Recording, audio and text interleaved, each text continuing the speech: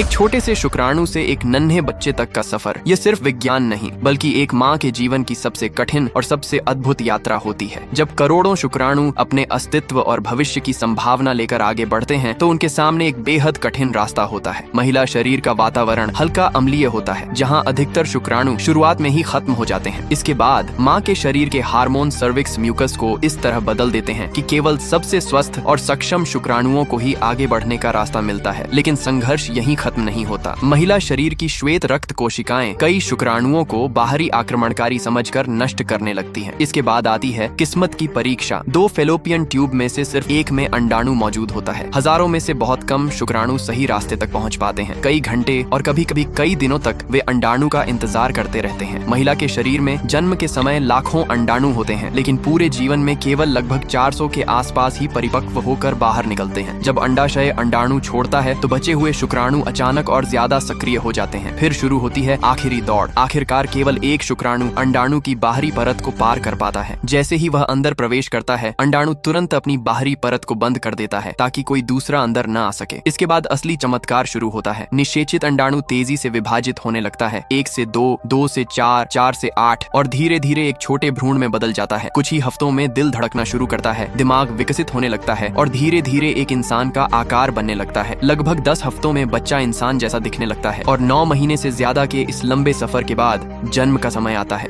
इस पूरे सफर में माँ दर्द सहती है, शारीरिक और मानसिक बदलाव झेलती है, लेकिन जब वह अपने बच्चे की पहली रोने की आवाज सुनती है तो उसका हर दर्द छोटा लगने लगता है। गर्भ के इन महीनों का संघर्ष सिर्फ एक माँ ही समझ सकती है। इसलिए दुनिया की हर माँ सच में महान होती है। अगर तुम अपनी माँ से सच में प्यार करते हो तो कमेंट में माँ जरूर लिखना, क्योंकि कई बार हम बोल नहीं पाते लेकिन दिल में सबसे ज्यादा जगह माँ की ही होती है।